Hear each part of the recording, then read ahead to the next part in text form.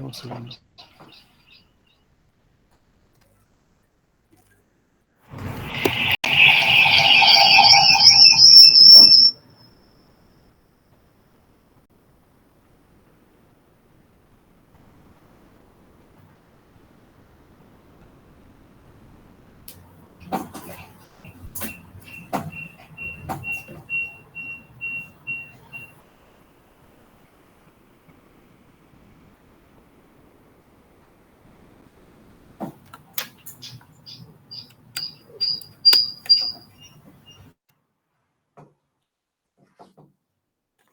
Bien, a ver, vamos a los temas administrativos.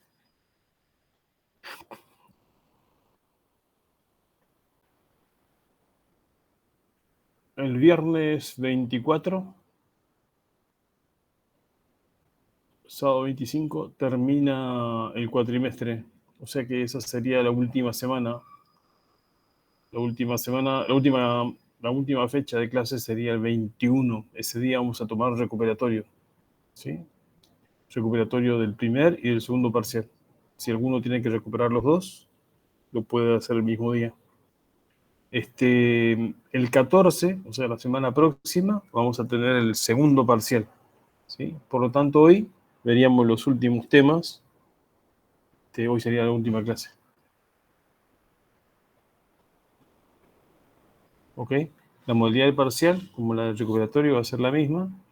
Vamos a tener un quiz que completar, ¿sí? Básicamente es un choice que tienen que responder y bueno, tienen el resultado ni bien terminan de responder las preguntas, ¿no? Ni bien termina el parcial.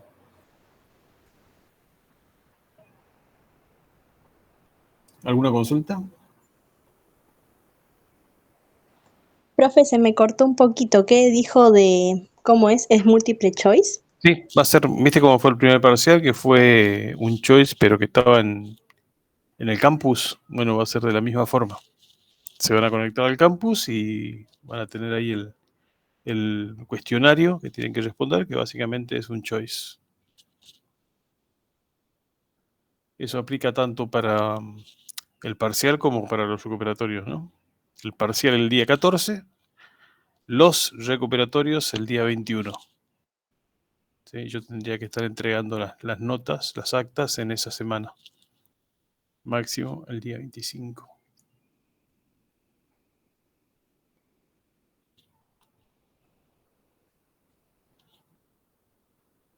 Bien, hoy estamos bastante pocos, ¿no? Pero bueno, de todas maneras vamos a comenzar con la clase. A ver, un segundito. Temas que nos quedaron pendientes, básicamente son dos. Tienen que ver con herramientas de sincronización y abrazo mortal o deadlock, como se dice en inglés.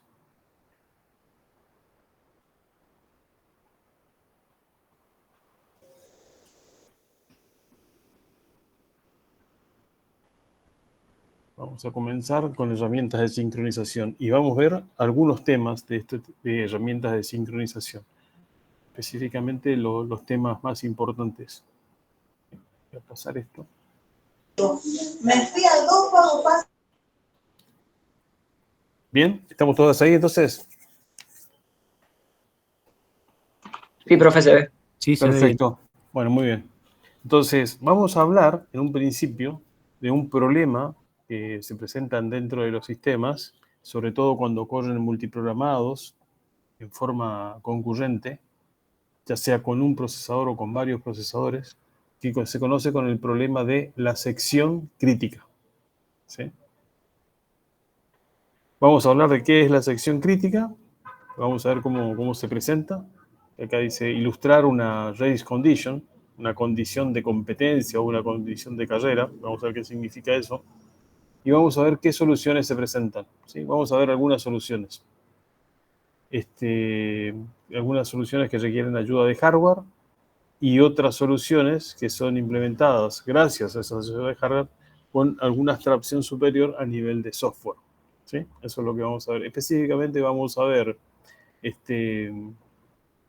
algunas instrucciones especiales por hardware para solucionar el problema de de la sección crítica que nos pueden ayudar a solucionar el problema de la sección crítica, y una solución de software que se conoce con el nombre de semáforos. ¿Sí? A ver.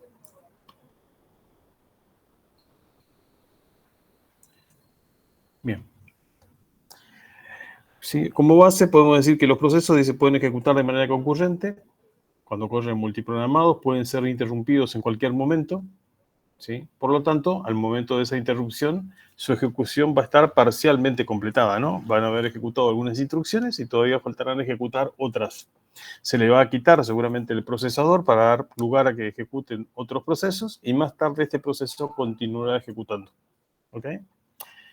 Nosotros vimos, por un lado, que los procesos en sí tienen su propio espacio de memoria, ¿sí? Tienen su área de código, o se llama también texto, su área de datos o variables globales, el área de stack, es donde están las variables locales, los parámetros que se le pasan a las funciones y los códigos y las direcciones de retorno, junto con el área de heap, de donde se obtiene, digamos, memoria de manera dinámica.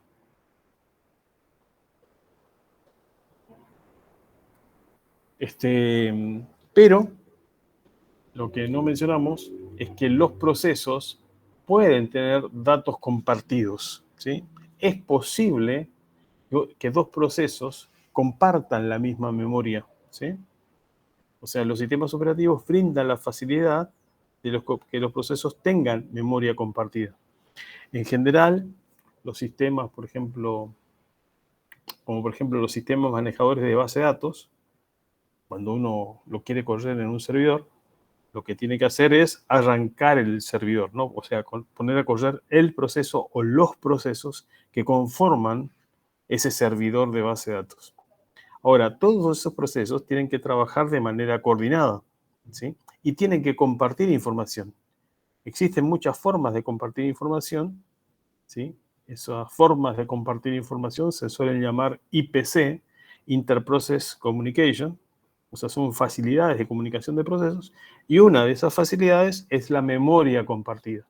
Entonces, habitualmente estos procesos servers, estos servidores, por ejemplo, como de base de datos, asignan un espacio de memoria y se corren un montón de procesos en donde todos ellos ven su propia memoria más ese espacio de memoria que es compartido. ¿Ok?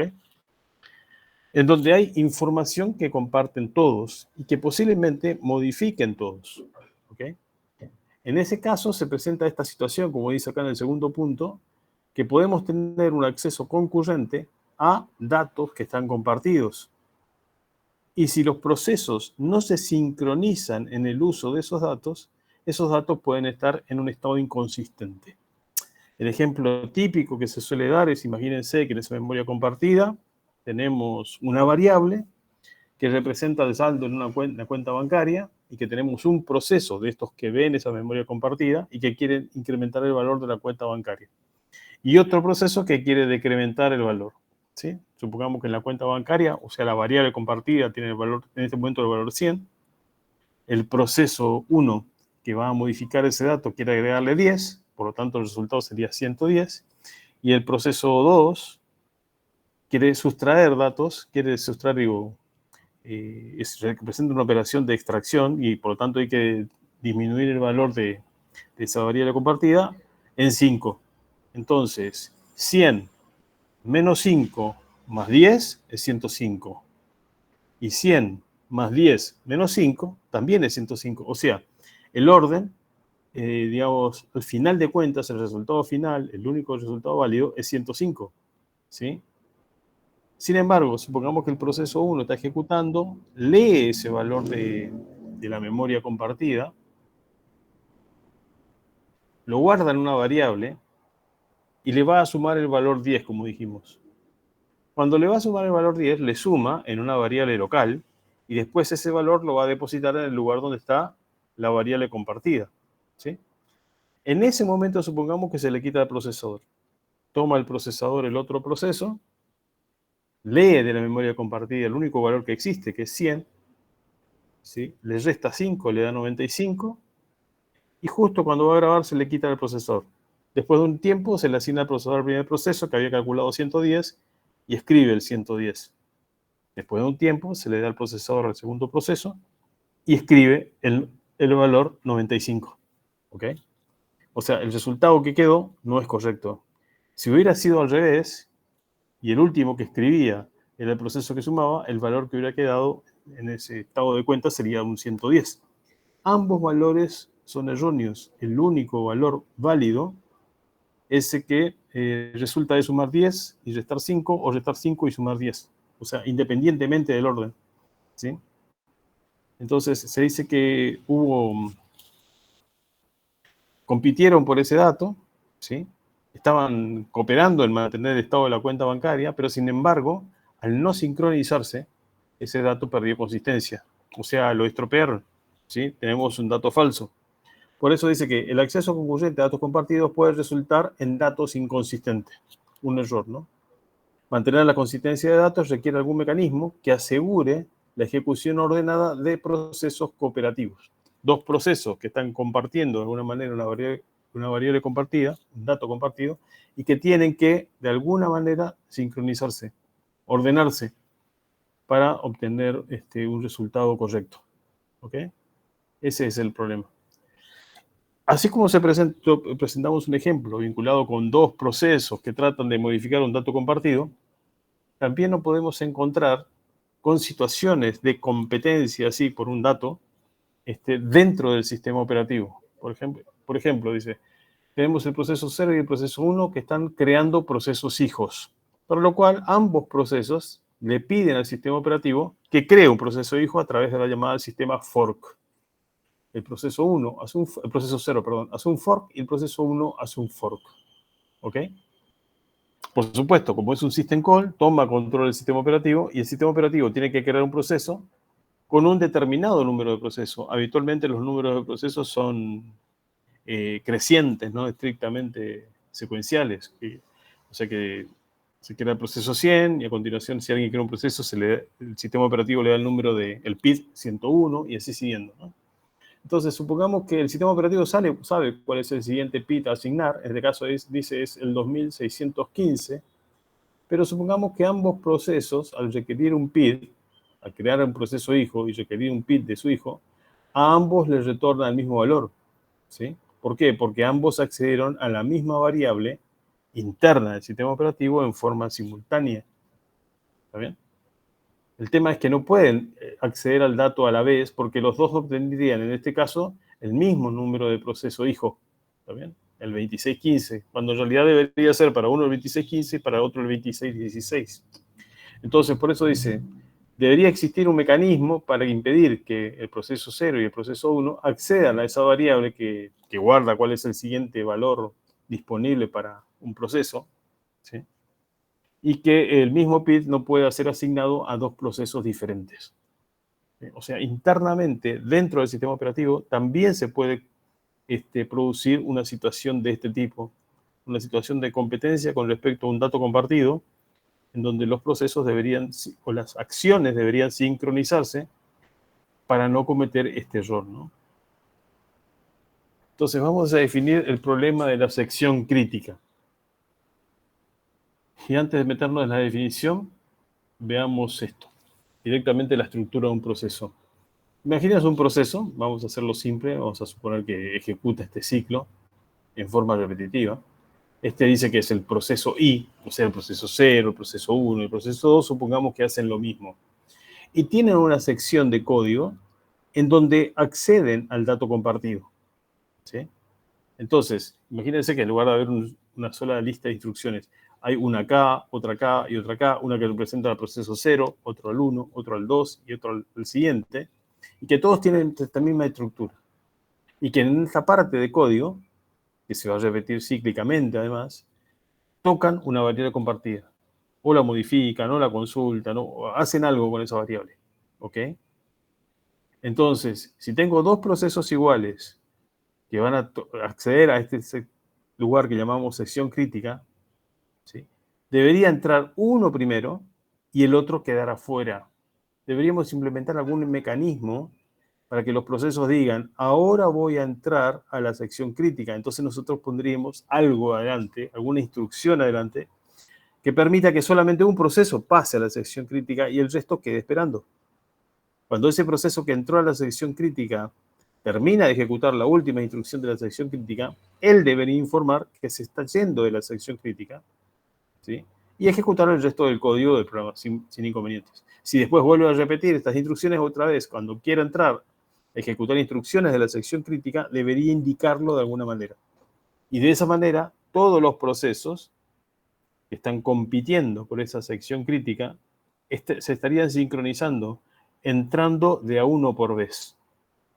Entonces dice, como definición del problema, ¿no? Considera un sistema que tiene n procesos, P0, P1, Pn-1.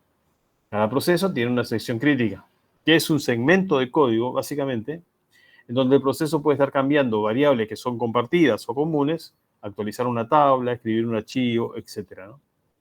Cuando un proceso está en su sección crítica, ningún otro proceso puede estar en su sección crítica. ¿Por qué? Porque estarían modificando en forma prácticamente simultánea los valores que son compartidos. Imagínense que la sección crítica lo que se hace es, se agrega un nodo a una lista encadenada. Entonces, cuando se agrega un nodo a una lista encadenada, hay que una lista, sí, doblemente encadenada, para hacerlo más complicado. Cuando se agrega un nodo en una lista doblemente encadenada, el nodo precedente tiene que dejar apuntar al nodo subsiguiente para apuntar a este nuevo nodo al cual se inserta en este momento, ¿sí? Y el nodo actual tiene que apuntar al precedente y también tiene que apuntar al siguiente. Y el nodo siguiente tiene que apuntar a este como antecesor y no al anterior. O sea, ¿qué pasa si en ese momento hay dos procesos que están haciendo lo mismo? Insertando nodos distintos y modificando los punteros, ¿sí? Me podría quedar cualquier cosa. Digamos, podría perder incluso su integridad, la estructura, la lista doblemente encadenada. Podría quedar justamente desencadenada, ¿no? Apuntando a cualquier lado. Entonces, en esa sección crítica es la que estaría manejando los punteros para agregar el nodo.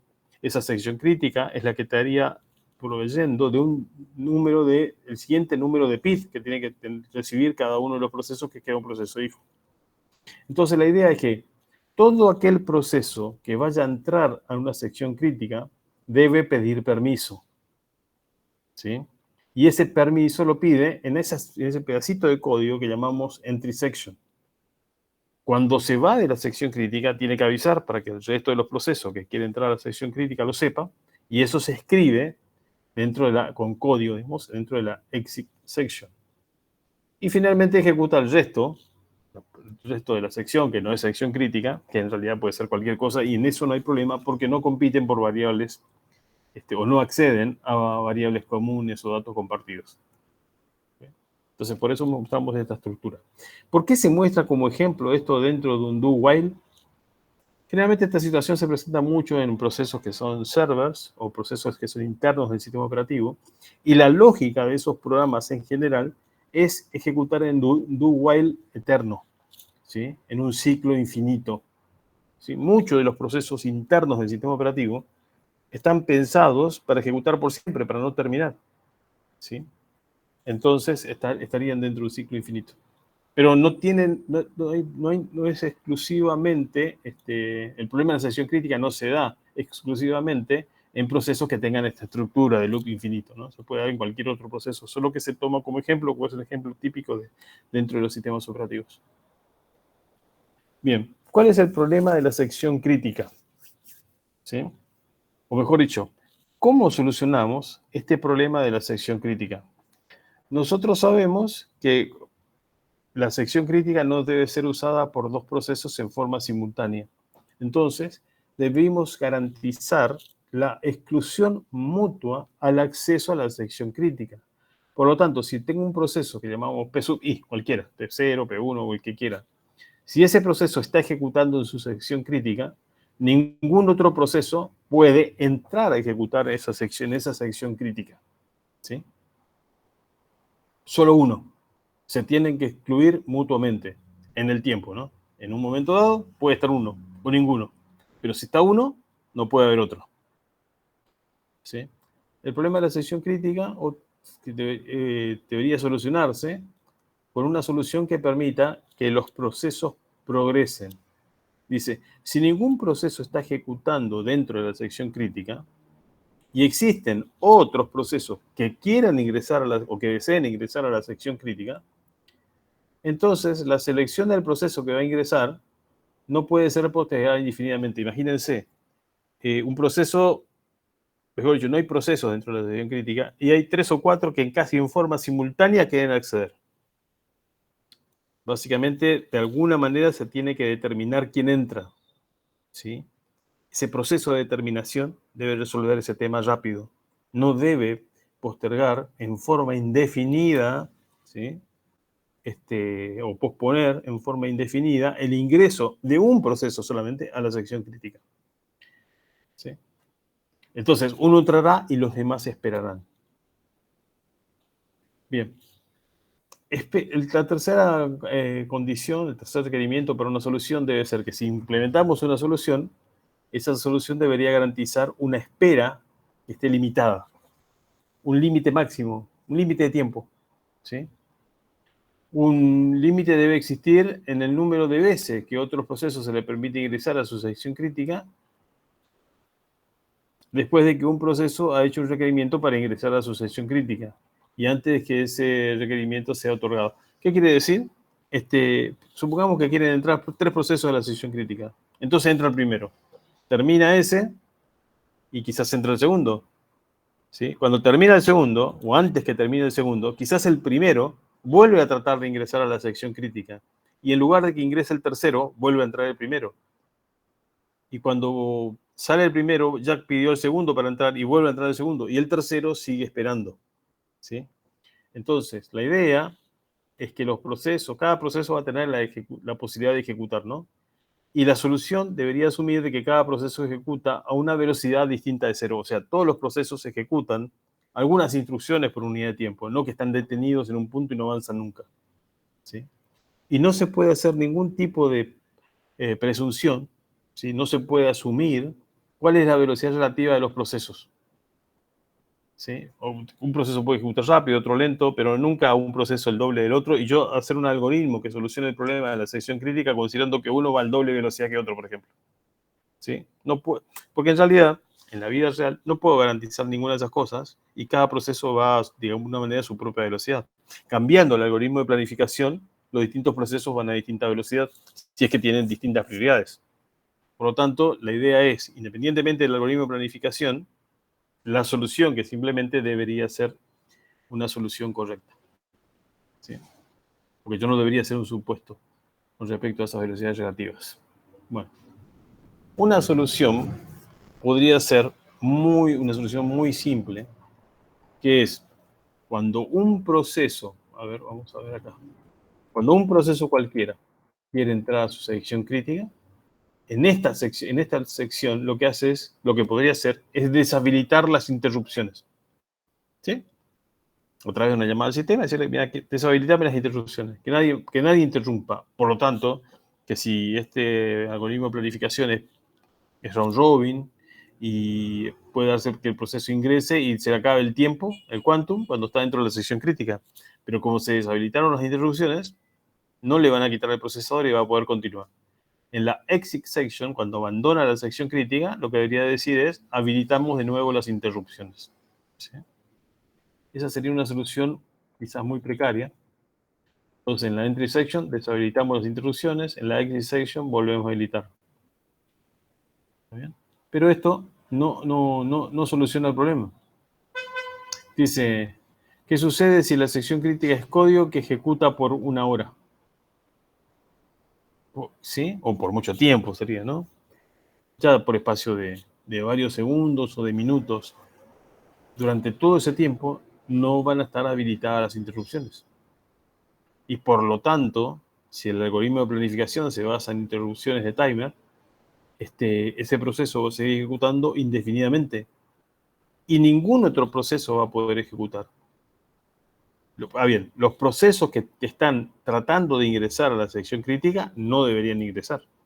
Pero los que están fuera de la sección crítica podrían estar ejecutando tranquilamente. Y los procesos que no tienen nada que ver con estos procesos que comparten una sección crítica podrían ejecutar libremente, no necesariamente este proceso que ingresó a la sección crítica y que deshabilitó las interrupciones debería monopolizar el procesador. O sea, no es una solución muy elegante, ¿sí?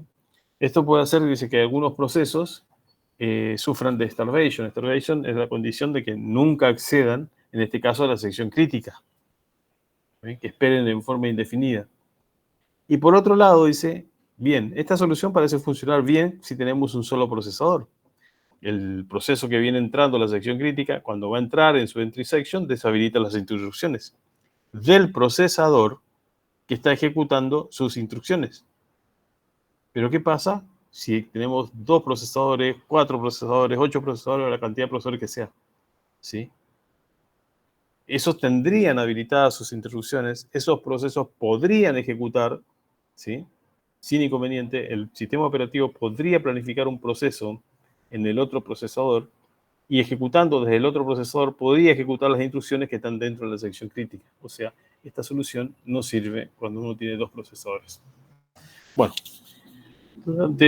esto fue una teoría importante. Los 2 temas que vamos a ver hoy, se desarrolló una teoría importante, fines de la década del 50, principios del 60, ¿no? Fue un tema muy fuerte para los investigadores en ciencias de la computación, ¿sí? Entonces se trataron de implementar una serie de soluciones por software. Yo las voy a pasar porque estas soluciones por software en general son bastante malas y poco generalizables, ¿ok? Así que las voy a pasar.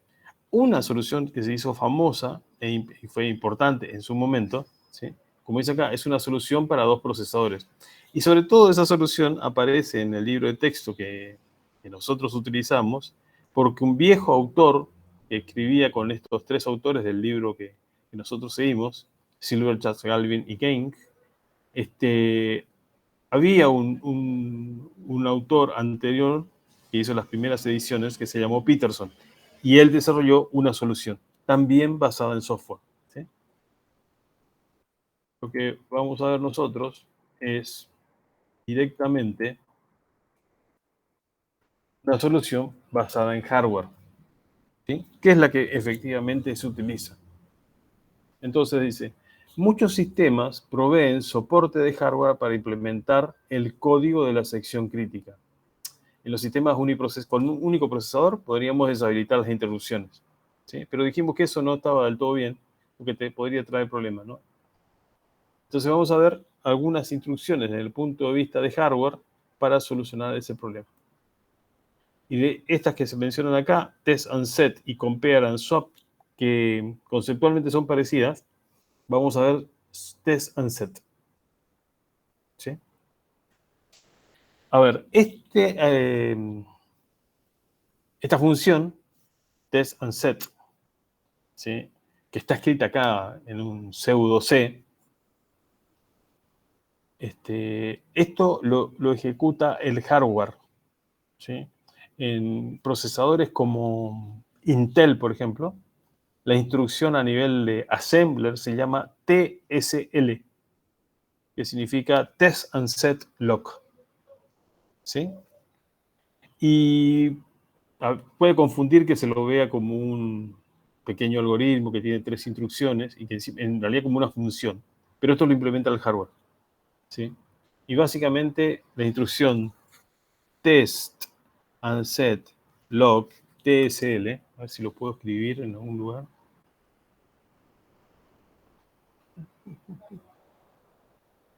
A ver, no creo que sea muy bueno para esto. No, para nada. Parece que no.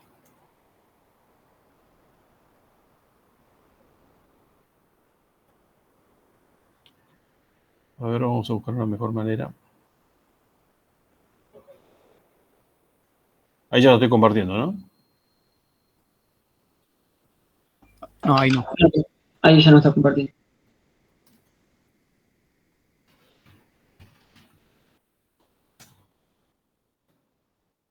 Lo voy a compartir.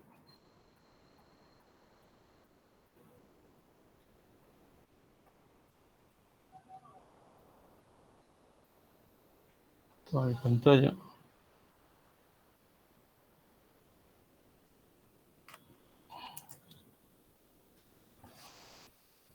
Y vamos a ver cómo sería esta instrucción.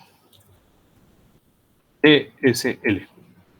Se supone que tengo una variable, vamos a suponer que es una variable entera, X. Cuando uno dice tengo una variable X que es entera, está diciendo tengo un espacio de memoria donde voy a guardar un entero, ¿sí? Que tiene el tamaño de los enteros. Si el entero tiene un byte, este X es algún lugar de memoria de un byte. ¿Sí? Si tiene 2 bytes, bueno, será 2 bytes, etc. ¿Ok? La función TCL, bueno, esta variable X puede tomar un valor. Vamos a inventar. Puede tomar el valor 0.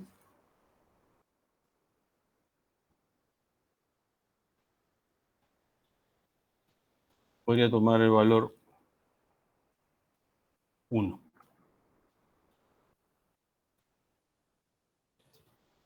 ¿Sí? Vamos a suponer que si tiene el valor 1, me indica que me indica que hay un bloqueo para entrar a la sección crítica. Vamos a llamar bloqueo, en inglés se dice lock, ¿no? Y un 0 significa no lock o unlock. No está bloqueado. ¿Sí?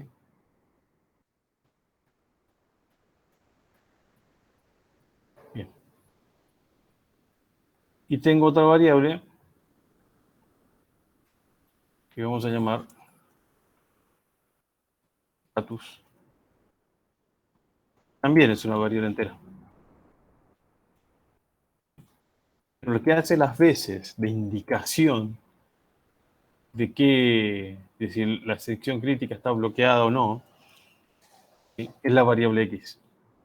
Entonces, TCL, esa instrucción a nivel assembler, recibe dos direcciones. En este caso, X, que es lo que representa el lock, el bloqueo, ¿sí? Y status. Entonces,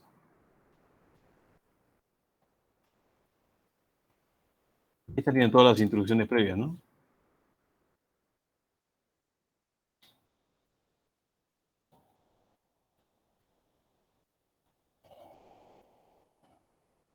Estas serían las instrucciones que vienen a continuación. Y estamos suponiendo que estamos programando en assembler, ¿no? De alguna manera, algún lenguaje de alto nivel me proveerá la facilidad para acceder a este tipo de instrucciones, ¿no? Bien, entonces, test and set log, esta función lo que hace es, cuando ejecuta, toma el valor que está, toma el valor que está en X y lo deja en la variable status. ¿Sí? Esto hace esto. Pone la variable status con lo que tenía X. Y además, a X lo pone en 1. Eso es lo que hace la instrucción. Y esto, la gracia que tiene, es que esta instrucción lo hace en un único acceso a memoria, en un único ciclo de memoria. Vieron que si yo tengo N procesadores, los procesadores van accediendo a la memoria, pero en un momento dado no pueden estar accediendo los dos procesadores a la vez. O sea, si un procesador trata en la memoria tiene ciclos de ejecución de instrucciones dentro de la memoria y de acceso, ya sea para lectura o escritura, y los procesadores lo que hacen es compiten por esos ciclos. Entonces el procesador 1 le pide un ciclo, entra y hace lo que quiere hacer, le pide otro ciclo, entra y hace lo que quiere hacer, el procesador 2 le puede hacer lo mismo, ¿sí? Pero mientras el otro está usando la memoria no lo puede usar hasta que entra y toma el otro ciclo. Se dice que los procesadores, cuando tengo múltiples procesadores, se roban ciclos de CPU. Entonces, la gracia que tiene esta instrucción es que hace dos cosas, estas dos operaciones, en un solo ciclo de CPU. Perdón, en un solo ciclo de memoria. Por lo tanto, lo hace todo o no hace nada. ¿Sí? Se comporta como una instrucción atómica, así se dice. Las instrucciones que no soportan una división en dos partes o más se denominan instrucciones atómicas, como diciendo que el átomo no se divide, ¿no? Entonces, lo que hace es lo siguiente, dice, che, la variable X, que me representa si la sección crítica está bloqueada o no, lo copio a la variable status. ¿Sí? Y la variable X toma el valor 1. O sea, averiguo cómo está el área, la sección crítica, si está bloqueada o no, Pero mientras estoy averiguando, ya la estoy bloqueando. ¿Sí? ¿Qué pasa con el status?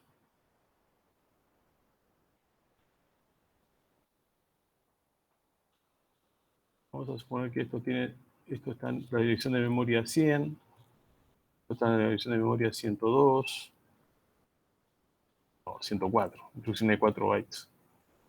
En la instrucción de memoria 108. Esto está en la dirección de memoria 112. ¿Sí? Entonces,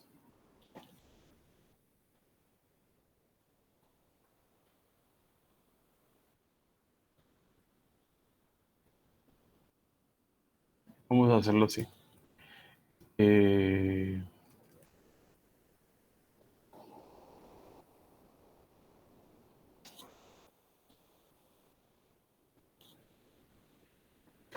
Entonces, después de ejecutar esta instrucción, modifica el valor de X, porque le quedan 1. Modifica el valor de status, que le queda con el viejo valor de X. ¿Sí? Si el status, si X estaba en 0, o sea, si la sección crítica estaba en lock, no bloqueada, en status me queda el valor 0. Entonces, después de ejecutar esta instrucción, que me queda además la variable X en 1, lo que tenemos es otra instrucción que dice, quiero bifurcar a la dirección 108, eso es la J, jump, no, 0. ¿Sí? Quiero bifurcar a la dirección de memoria 108 en caso de que la variable status sea distinta, sea no 0, sea distinta de 0.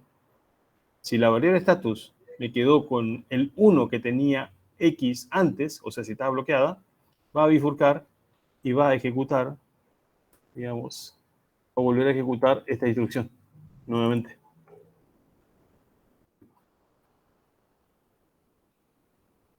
O volver a la instrucción siguiente, anterior, perdón, y va a ejecutar esa instrucción de nuevo. Eso es lo que va a hacer esta instrucción. Lo va a hacer ciclar acá. Esta sería como la entry section. Verifica si puede ingresar y después averigua cómo estaba status, no cómo está X, porque X ya está en 1. Si status estaba en 0, ¿sí? Entonces continúa y ejecuta todo el código que venga a continuación, todo el código que está acá. Y eso se supone que es la sección crítica.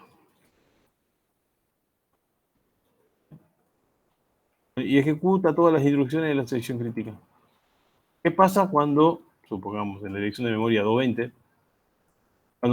cuando se va de la sección crítica?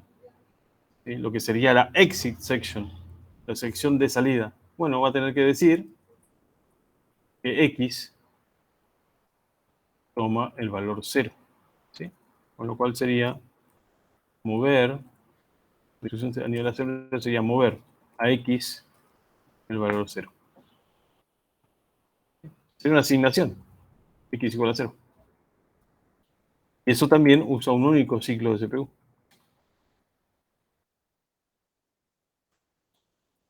¿Ah? Cada vez que se entra a la sección crítica, se ejecutan estas dos instrucciones. Si el resultado en status es distinto de 0, entonces se entra a la sección crítica. Si no, se queda loopeando acá. Si estas mismas instrucciones las ejecutan 1, 2, 10, 200 procesos a la vez, uno solo va a entrar y el resto va a quedar en un loop esperando. Imagínense que tengo 99 procesos así en un loop esperando y un proceso dentro de la sección crítica. ¿Sí? Hasta que ese proceso único que está dentro de la sección crítica no termine, no haga esta asignación, X igual a 0, todos los demás procesos pueden estar corriendo multiprogramados. O sea, el sistema operativo le da el control al proceso 1, que entró a la sección crítica, y ejecuta algunas instrucciones. Le quita al procesador. Ahora le da al proceso 2. El proceso 2 trata de entrar a la sección crítica, pero debido al estado de la variable X, status, se queda esperando acá. Sigue ciclando indefinidamente. Eso le pasa al proceso 2, al 3, al 4, al 5, a todos. Entonces, en un esquema de round robin, se le asigna al proceso 1 y ejecuta algo en la sección crítica. Se le quita al procesador. Se le asigna al procesador al proceso 2 y ejecuta la entry section.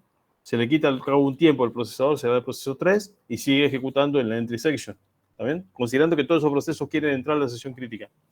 Esto lo que está haciendo es que los procesos que quieren ingresar a la sección crítica cuando reciben procesador, van a seguir testeando si pueden entrar a la sección crítica. Y eso es una espera, ¿sí? Esperan ejecutando esas instrucciones, y como ejecutan instrucciones, se llama una espera activa. ¿Está bien? Me están consumiendo recursos de procesamiento para enterarse de que no pueden ingresar. Y si tuviera un solo procesador, el único que puede liberar la sección crítica es el proceso que ya está dentro y que tiene que tener la oportunidad de salir. Pero en la medida que estos otros procesos que quieren ingresar estén consumiendo procesador, ¿sí?, que el scheduler no le dé el procesador al proceso que está dentro de la sesión crítica, el proceso en la sesión crítica se está demorando. Y estos procesos están demorados haciendo una espera activa. Esperan para ingresar a la sesión crítica gastando recursos. ¿Sí? O sea, es una solución, pero no es de las mejores. Entonces, esto es lo que sucedería. While, test and set log, esto sería a alto nivel, donde la variable log me dice el valor de inicialización. Si es así, si esto da verdadero, como que está en la sección crítica, dice hacer nada, ¿sí?, repetir este ciclo indefinidamente. Si el test and set log le da falso, entonces continúan con la siguiente instrucción, y cuando se van dicen bloqueado en falso. Nosotros estamos reemplazando con 0 y 1, ¿no? Y esto lo pone dentro de un ciclo infinito, bueno, considerando que es algún proceso como el sistema operativo que no debe terminar nunca. ¿Okay? Otra instrucción con pair and swap es similar. Repitiendo, la gracia de esto está en que esta instrucción a nivel assembler es una instrucción atómica. Hace dos cosas en el mismo ciclo de CPU. En el mismo ciclo de memoria, en ese único ciclo de memoria, toma el valor de X, de la variable X, y lo deposita en la variable status. Y por otro lado, hace la asignación, a X le pone el valor 1. ¿Sí?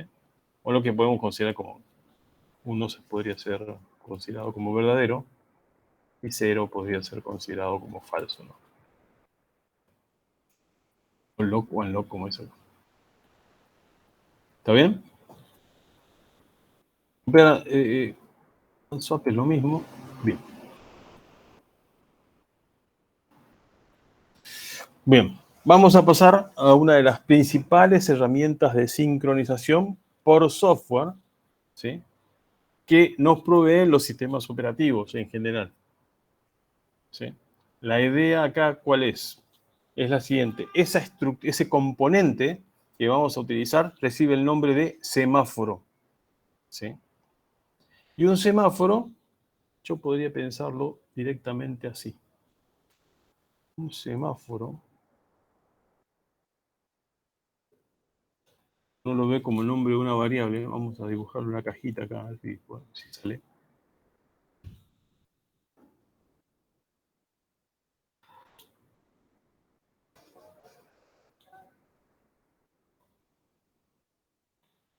No estoy muy bueno para esto.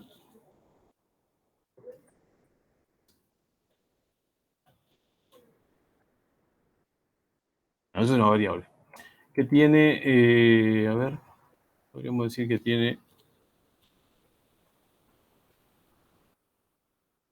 dos partes.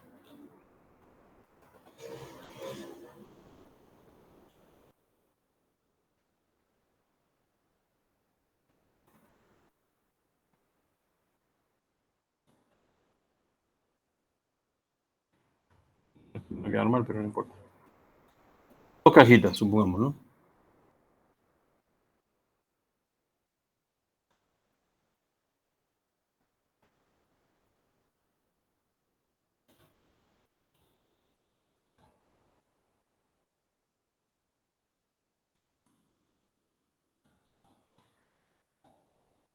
Muy bien. Aquí un número. En la primera parte un número. N.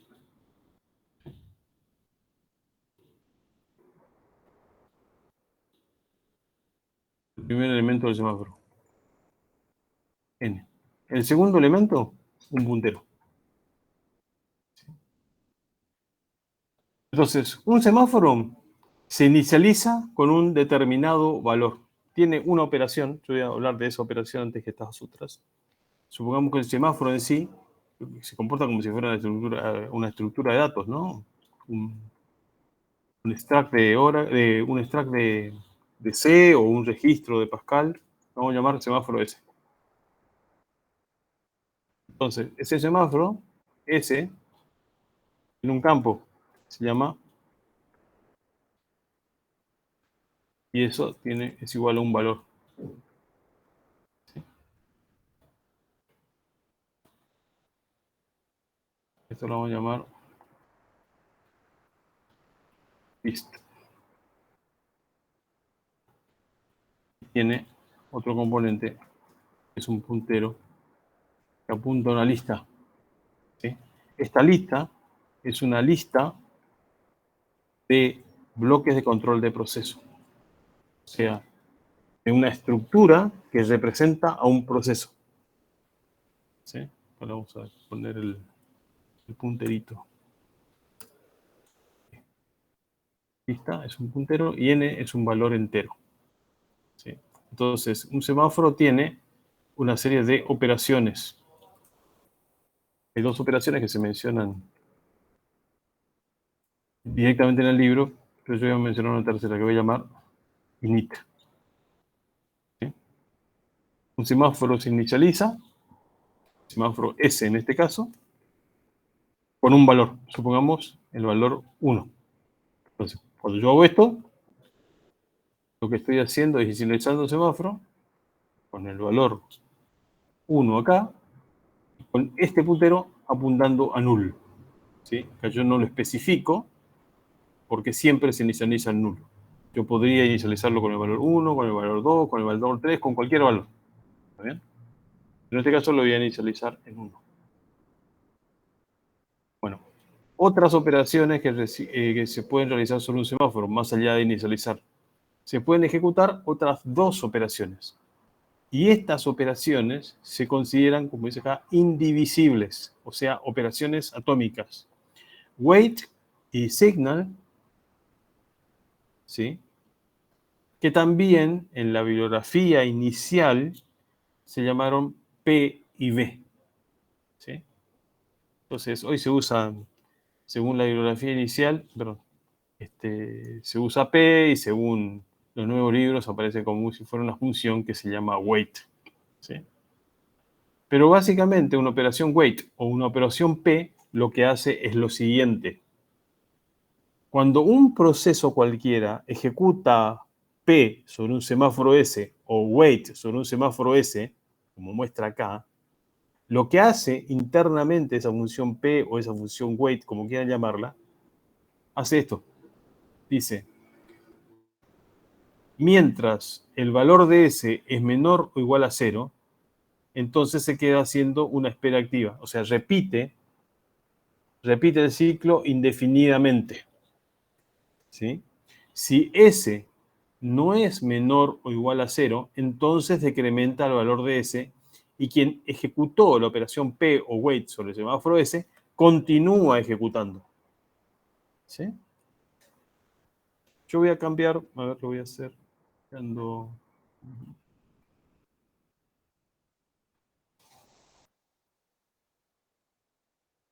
Entonces, acá haría, perdón, una espera activa. La idea es que las esperas activas no son buenas.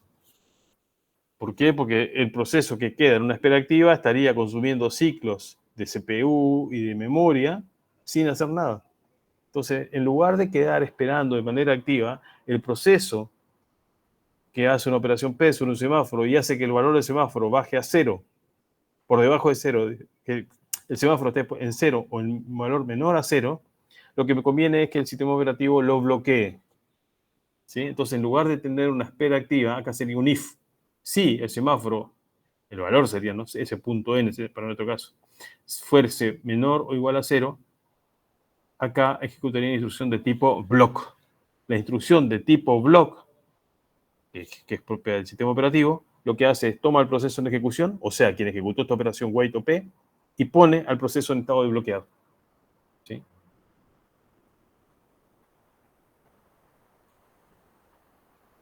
¿Qué pasa con la operación signal sobre un semáforo? signal sobre un semáforo, lo que hace es incrementa el valor del semáforo. S más, dice acá. Esto es igual a S. Si el semáforo valía 0, es S igual a S más 1, me quedaría en 1. Si el valor del semáforo era en 1, S más 1 me quedaría en 2 y así siguiendo, ¿no? Entonces, todo proceso que ejecute una operación P o wait y lleve el semáforo a un valor igual a 0, que encuentra el semáforo en un valor igual a 0 o negativo, queda bloqueado, sale de ejecución y pase al estado de bloqueado. Bloqueado a la espera de un evento. ¿De qué evento? De que alguien ejecute un signal sobre ese semáforo y despierte al proceso, ¿sí? Si se hace de signal sobre un semáforo S y se incrementa el valor del semáforo, si ese valor es mayor o igual a 0, se despierta al proceso que está bloqueado. Imagínense que yo tengo un proceso cualquiera, el proceso 1. El proceso 1 viene ejecutando instrucciones, ¿no? Y de golpe ejecuta una operación, voy a poner P, sobre el semáforo S. El valor del semáforo, eso es lo que va a hacer el proceso 1. Por otro lado, el proceso 2 también va a estar ejecutando instrucciones. Y en algún momento, tarde o temprano, va a llegar a hacer una operación P sobre el semáforo S. Supongamos que el primero que llega a esta instrucción es el proceso 1. Entonces el semáforo que estaba inicialmente en 1, después de ejecutar esta operación P, primero, el semáforo tiene un valor menor o igual a 0, no, vale 1. Entonces, lo decrementa en 1, S, que valía 1, ¿sí? Ahora pasa a valer 0, porque se ejecutó esta instrucción. Y el proceso en cuestión, el proceso 1, continúa ejecutando. El único cambio que se produjo cuando se implementó P de S es que se decrementó el valor del semáforo, nada más, pero el proceso continúa ejecutando. ¿Qué pasa si se le quita el procesador al proceso 1 y se le da al 2? El 2 viene ejecutando instrucciones hasta que llega a la instrucción P sobre el semáforo S. Cuando ejecuta la operación P sobre el semáforo S, pregunta, che, ¿qué valor tiene el semáforo? ¿0 o menor a 0? Es 0. Ah, entonces, esto hace que se ejecute block sobre el semáforo S.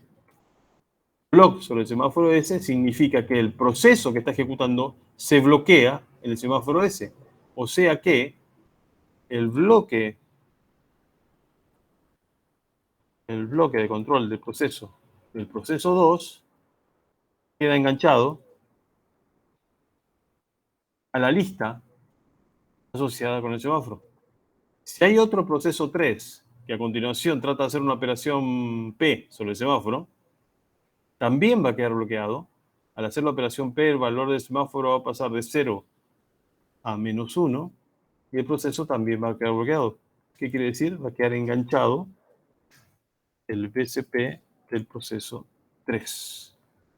El proceso deja de estar en ejecución para pasar al estado de bloqueado. ¿Bloqueado a la espera de qué? ¿De que un dispositivo se libere? ¿De que termine en una entrada o salida? No. A la espera de que alguien haga una operación signal sobre el semáforo.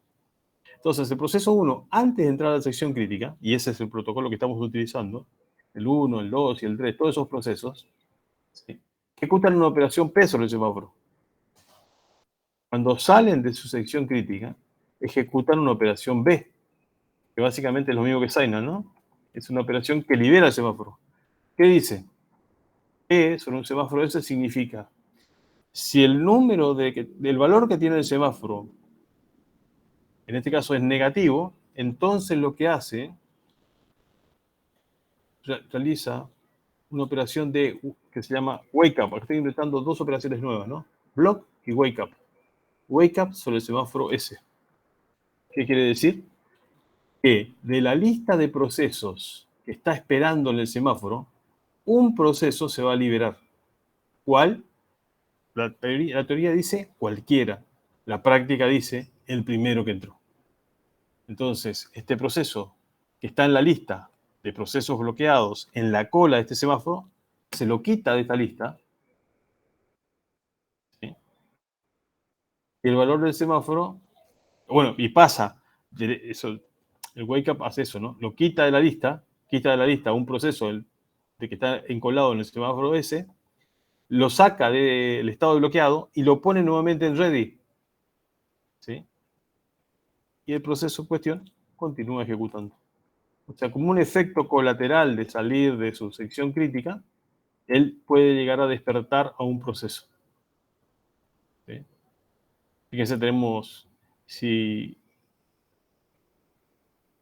entonces se despertó el proceso 2 entonces continúa ejecutando y entra a su sección crítica. Si el proceso 3 quiere entrar, bueno, que ya vimos que quería entrar, quedó también bloqueado. Hasta que el proceso 2 no haga una operación B sobre el semáforo S, lo que va a hacer es que va a despertar, va a hacer otra vez un wake up. ¿Sí? Va a despertar a un proceso que está en el semáforo S. ¿A qué proceso? En este caso, al proceso 3. El contador del semáforo pasará de, bueno, primero de -1 a 0 y ahora de 0 a 1. ¿Está bien? Despertando al proceso 3. Entonces este también saldría y podría continuar ejecutando. Esa es la lógica que tienen los valores de semáforos.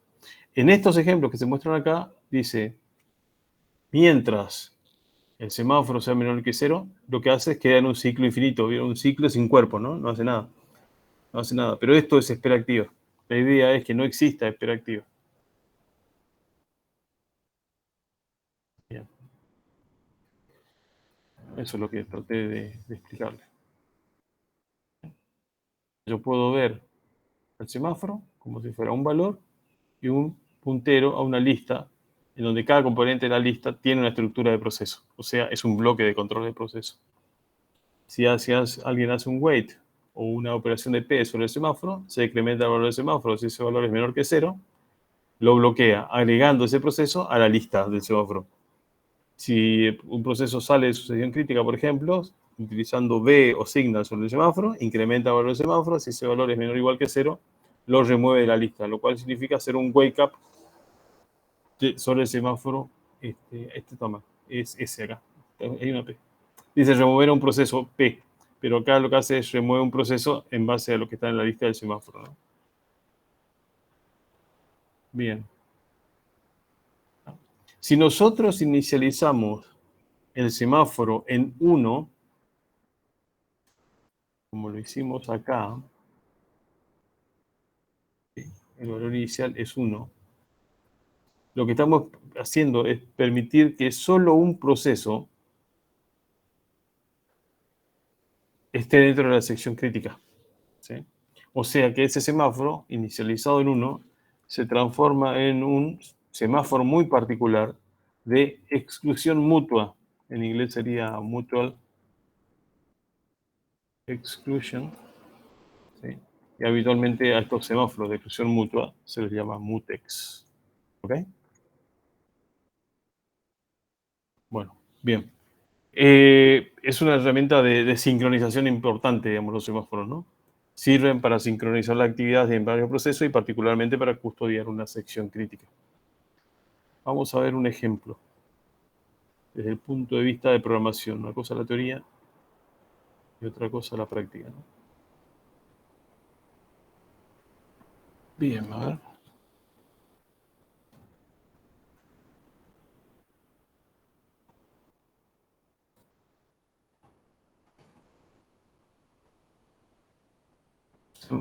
Punto C.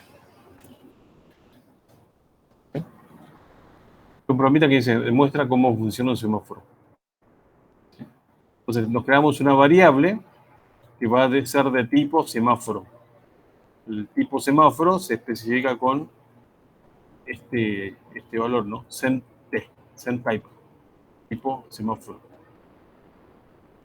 Bien. Acá tenemos una variable que se llama ID, lo que vamos a ver para qué lo usamos. Perdón. Vamos a hacer esto. Sí.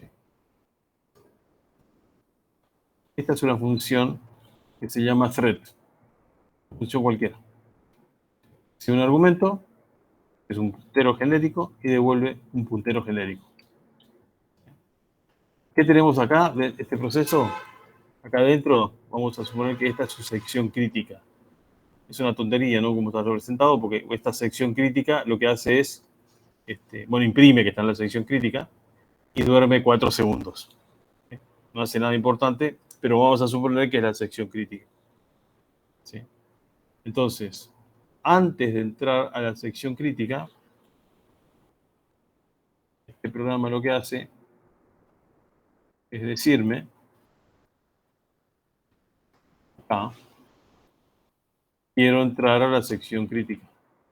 Y me escribe este número que pone acá, la ID, me dice, vamos a tener múltiples threads, vamos a tener 2 threads en particular, o sea, código ejecutando, este código ejecutando 2 veces en forma concurrente, ¿sí? Y uno va a ser el thread 1 y el otro va a ser el thread 2. Entonces, acá me va a decir tratando de ingresar, y me va a decir 1 si es el que está tratando de ingresar a la sección crítica, es el thread 1, y 2 si el que trata de ingresar es el 2. Eso es tratando de ingresar, pero todavía no ingresó. Para poder ingresar, va a tener que lograr ingresar, ¿sí? Llamando al semáforo, a una función del semáforo que hace una semWait. ¿Sí? SemWait sobre un semáforo, que es global, que es una variable, se llama mutex, ¿sí? De tipo semType. Te pasa la dirección, porque el semáforo tiene que poder modificar el valor del semáforo, ¿no? Si estaba en 1, pasarlo a 0. Bueno, si logra sortear este punto, o sea, si puede pasar después de hacer la operación de wait, porque el semáforo estaba en 1, entonces va a imprimir ingresó. ¿Sí? Y el número, ingresó el thread 1, ingresó el thread 2. Eso es lo que estaría significando. Esto ya está dentro de la sección crítica. Después se ejecutaría la sección crítica, que básicamente dice critical section y el número de thread, el 1 o el 2. Dormiría 4 segundos y después diría, bueno, estoy justo por irme, dice acá, printf just exiting, bien, el thread correspondiente, el 1 o el 2, y después dirá, me fui. SemPost, ¿está bien? Es el equivalente al signal o signal. Incrementa el valor del semáforo y si hay alguien esperando, se va. Bueno, ¿está bien? O sea, tengo una función que se llama thread. Podríamos ponerle el nombre que nos guste, cualquiera. ¿Sí? Pero bueno, acá se llama thread. ¿Qué hacemos con thread? Perdón, ¿qué hace mi programa principal? Mi programa principal comienza inicializando un semáforo. ¿Sí? Básicamente, cuando se trabaja con semáforos, las funciones que manejan semáforos permiten manejar un vector de semáforos. ¿Sí? Y además, cuando una aplicación usa semáforos, puede decir, che, este semáforo lo quiero compartir con otros procesos, o puede decir, este semáforo es mío, solo mío, y sí puede ser compartido por mis threads internos a este proceso. Entonces acá dice, quiero inicializar el semáforo, claro, se llama mutex, ahí le pasa la dirección, lo quiero inicializar en 1, ¿sí? Y no va a ser compartido, es solamente para los threads de este proceso. Este proceso va a tener 2 threads que se llaman T1 y T2, que son de tipo pthread type, por eso la T al final. ¿Sí? Y lo que hace este programa es crea un thread, ¿sí? Que es T1, que dice que ese thread comienza, es la función thread, básicamente, esta es la función thread, y le pasa como parámetro el número 1.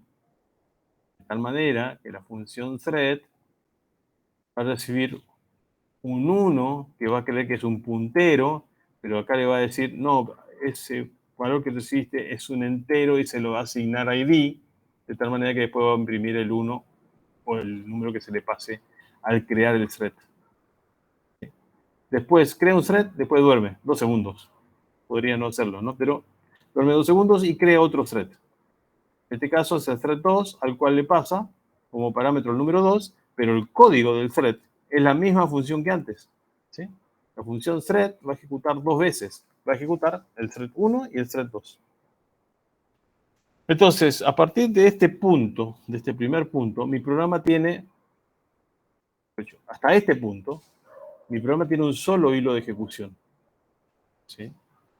Cuando se crea el thread 1, mi programa tiene dos hilos de ejecución. Uno que está ejecutando dentro del programa principal y otro que comenzó con la ejecución de la función thread. A continuación, mi programa principal duerme 2 segundos y después mi programa principal, mi thread principal, si se quiere, vuelve a crear otro thread. ¿Sí?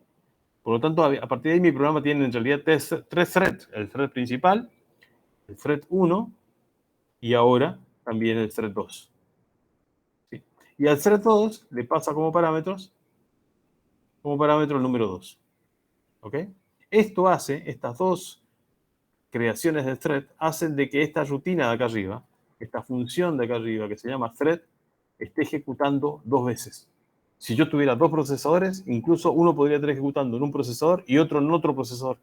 Desde el punto de vista de código son exactamente iguales. Desde el punto de vista de datos, son dos funciones distintas porque tienen variables distintas. Una, por ejemplo, en la variable ID va a tener el 1 y la otra copia va a tener en la variable ID el 2.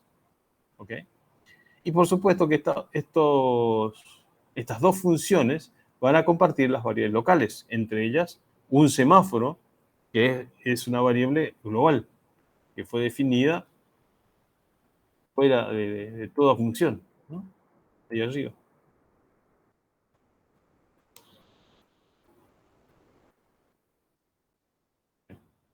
¿Qué hace pthread join? Pthread join dice, llega a este punto, ¿quién va a llegar a este punto, mejor dicho? El thread 1 va a estar ejecutando la función thread. El thread 2 va a estar ejecutando la función thread. El único thread que va a llegar a ejecutar esta instrucción es el thread principal.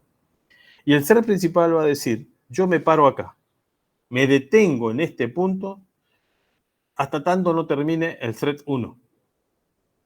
¿Sí? Eso es un join. Es donde un thread se queda esperando a que otro thread termine. ¿Sí? Es como que el otro se juntan en ese punto, por eso se llama join, y a partir de ahí continúan juntos. Mentira, no continúan juntos. El thread 1 ya murió. Y que continúa es el thread principal que venía ejecutando el main, que sigue ejecutando el main. O sea, después de esperar que muera el thread 1, inmediatamente pasa a esperar que muera el thread 2. Puede ser que el thread 2 ya haya muerto antes, incluso, antes de que, o el thread 1 también. Entonces, al ejecutar pthread join con T1, pthread join con T2, si estos threads ya murieron antes, el programa continúa directamente, ¿no? No se detiene. Bueno, sigue, y lo que hace este programa particularmente es, cuando llega a este punto, ya sabe que el thread 1 y el thread 2 han terminado, y que el semáforo ya no se necesita más, por lo tanto, esa estructura de memoria que representa el semáforo lo destruye. Y la función main termina, retornando el código de retorno 0. Vamos a ver cómo funciona esto. Punto barra sem. Este es el ejecutable, ¿no? Lo que ejecute. Entonces, ¿vieron que primero se lanzó el thread 1? Entonces el thread 1 escribió en pantalla diciendo, tratando de ingresar. Todavía no ingresó. Después el thread 1 dice, ya ingresé. Después estaba ejecutando la sección crítica del thread 1. ¿Ok? Que dormía durante 4 segundos. Ahí se le agotó el quantum. Y el sistema operativo le quitó el procesador y se lo dio al proceso 2. Al thread 2, perdón. El thread 2 empezó a ejecutar y dijo, che, quiero ingresar a la sección crítica. Estoy tratando de ingresar. Soy el thread 2. ¿Sí? Pero no ingresó. Quedó intentando. Cuando hizo la operación de wait, se quedó bloqueado ahí. ¿Sí? En algún momento se le quitó el procesador, porque pasó de estado bloqueado, se le quitó el procesador, y en algún momento tuvo la oportunidad del thread 1 de volver a ejecutar. Entonces, terminó los 4 segundos de espera, el thread 1, y dijo, estoy a punto de salir, y salió. Entonces, a continuación, el sistema tuvo que despertar algún proceso dormido en el semáforo. ¿Qué hizo? Despertó al proceso 2, al thread 2, perdón, que estaba tratando de ingresar. Entonces ahora el thread touch ingresó, pasó por su sección crítica y después se fue. ¿Ok? Lo que logramos con los semáforos, con un semáforo de exclusión mutua que se inicializa en 1, es que que se serialicen en el uso de la sección crítica. Primero entra uno y después entra otro. No pueden entrar los dos a la vez. ¿Está bien? Sí, buenísimo, profe. Eso lo usan todos los Windows, digamos, profe. Eso lo usan de todos los sistemas en general, ¿sí? Existen otras variantes, por supuesto, de mecanismos de sincronización, que en algunos casos tienen incluso otros nombres. También, por ejemplo, un motor de base de datos usa una herramienta de sincronización que se llama Latch, ¿sí? Pero en forma primitiva, si se quiere, son muy parecidos a los semáforos, ¿sí? A veces se implementan de una manera distinta para permitir una agilidad mayor, si se quiere, o menor consumo de recursos, porque la operación se repite muchas veces, entonces es necesario que ejecute muy frecuentemente y rápido, ¿ok? Pero en general todas funcionan más o menos así. Gracias, profe. Y esto se da en todos los sistemas operativos, no es una exclusividad de Linux o de Windows. Los semáforos son un constructo, se suele decir, un constructo de software, una solución de software que se basa también en recursos de hardware, como instrucciones de tipo TCL, que fueron inventadas por Dijkstra. No sé si lo tienen en mente. Dijkstra, Sí. un holandés, que bueno, en programación seguramente lo mencionaron varias veces, y en estructura de datos también, digamos, ¿no? Tiene un montón de... Era un científico en ciencia de la computación. Y él inventó los semáforos. Muy bien. Vamos a hacer un intervalo, si le parece, son las 8 menos 8. Podemos continuar 20:05. ¿Sí? Bueno, sí. Perfecto. Nos vemos en un ratito entonces.